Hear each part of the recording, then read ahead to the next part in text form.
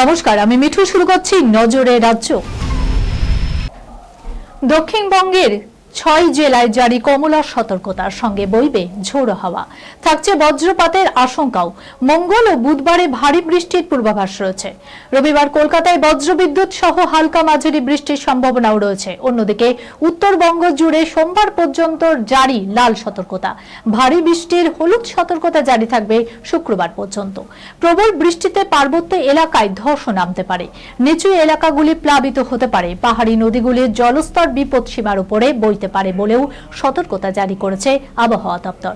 রবিবার বজ্রবিদ্যুৎ সহ বৃষ্টির কমলা সতর্কতা রয়েছে পুরুলিয়া, বাঁকুড়া, পশ্চিম মেদিনীপুর, পশ্চিম বর্ধমান, বীরভূম ও মুর্শিদাবাদে। 40 থেকে 50 কিলোমিটার গতিবেগে ঝড়ের সম্ভাবনা রয়েছে।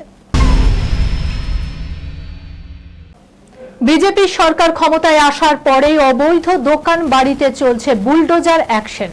সাধারণ মানুষের সুবিধার্থেই এই পদক্ষেপের সিদ্ধান্ত নিয়েছে বাংলার নতুন সরকার। তপসিয়া, কসবা, পার্ক সার্কাসের মতো জায়গায় আগেই বেআইনি নির্মাণ ভাঙা হচ্ছে। হাওড়া, শিয়ালদা, দমদম সহ একাধিক স্টেশনের অবৈধ দোকানগুলি উচ্ছেদ করা হয়েছে। এবার শিয়ালদা ফ্লাইওভারের নিচের বেআইনি দখল সরাতে তৎপর কলকাতা পুরসভা। সুকান্ত সেতুর নিচেও বেআইনি নির্মাণ সরাতেও নোটিশ দিয়েছে পুরসভা। সময় দেওয়া হচ্ছে 7 দিন।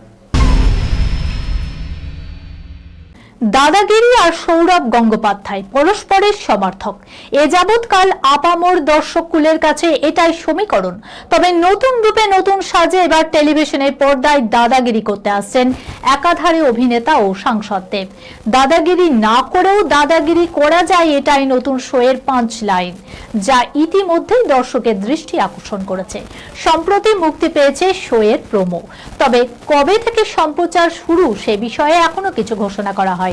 তবে জানা যাচ্ছে জুলাই থেকেই দাদা রূপে দর্শকের দরবারে ধরা দিতে আসছেন মেগাস্টার দীপক অধিকারী তথা মেগাস্টার দেব। তার আগে জোর কদমে চলছে দাদাগিরির প্রচার, আর সেই প্রচারের ময়দানে হাজির খোদ সঞ্চালক দেব।